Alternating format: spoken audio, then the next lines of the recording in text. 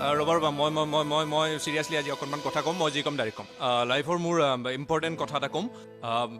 আচলতে মই ঘৰৰ একমাত্ৰ ল'ৰা গতিকে মই মানে মোৰ ঘৰৰ পৰা বিয়াৰ কথা পাতি আছে একচুৱেলি বিয়াৰ বয়স হৈছে তো মায়ে কৈ আছে যোৱা 2 বছৰ ধৰি যে বিয়া পাত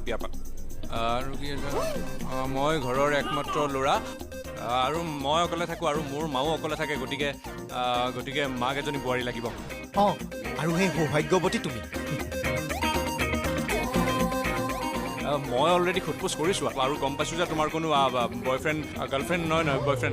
বয়ফ্ৰেণ্ড নাই আৰু মোৰো কোনো গাৰ্লফ্ৰেণ্ড নাই গতিকে কথাটো আমাৰ দুটাৰ মাজতে ছেটেল কৰি লওঁ এটা কাম কৰোঁ নহ'লে মই তোমাক মোৰ ঘৰলৈ লৈ যাওঁ আৰু মোৰ মাৰ লগত কথা পতাই দিওঁ আৰু মোৰ মাক লৈ গৈ তুমি তোমাৰ দেউতাৰ লগত কথা পতাই দিয়া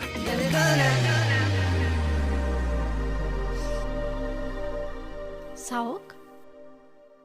মই আপোনাক অন্তিমবাৰৰ বাবে কৈছোঁ আপোনাৰ ওপৰত মোৰ কোনো ইণ্টাৰেষ্ট নাই প্লিজ আপুনি মোক এনেদৰে ডিষ্টাৰ্ব দি নাথাকিব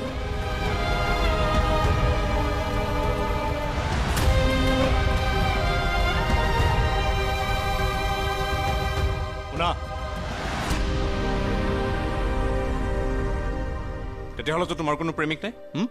তোমাৰ কোনোবা প্ৰেমিক চেমিক থাকিলে কথা বেলেগ আছিল গতিকে মই তোমাক বিয়া কৰাম আৰু মোৰ চকুৰ আগৰ পৰা তোমাক কোনোবাই বিয়া কৰাই উঠাই লৈ যাব এনেকুৱা পুৰুষ কেতিয়াও জন্ম হোৱা নাই বুজি পালা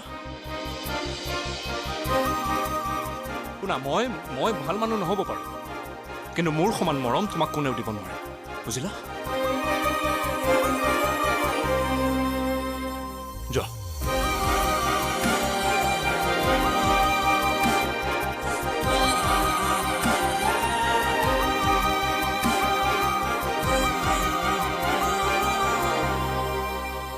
কেইটা কিন্তু ফালি দিলি আবে এই দিনতো এনেকুৱা ছোৱালী থাকে নেকি বে দেউতাকে যাৰ লগত বিয়া দিব তাৰ লগত বিয়া হ'ব আমাৰ বৌ অকণমান বেলেগতকৈ বেলেগ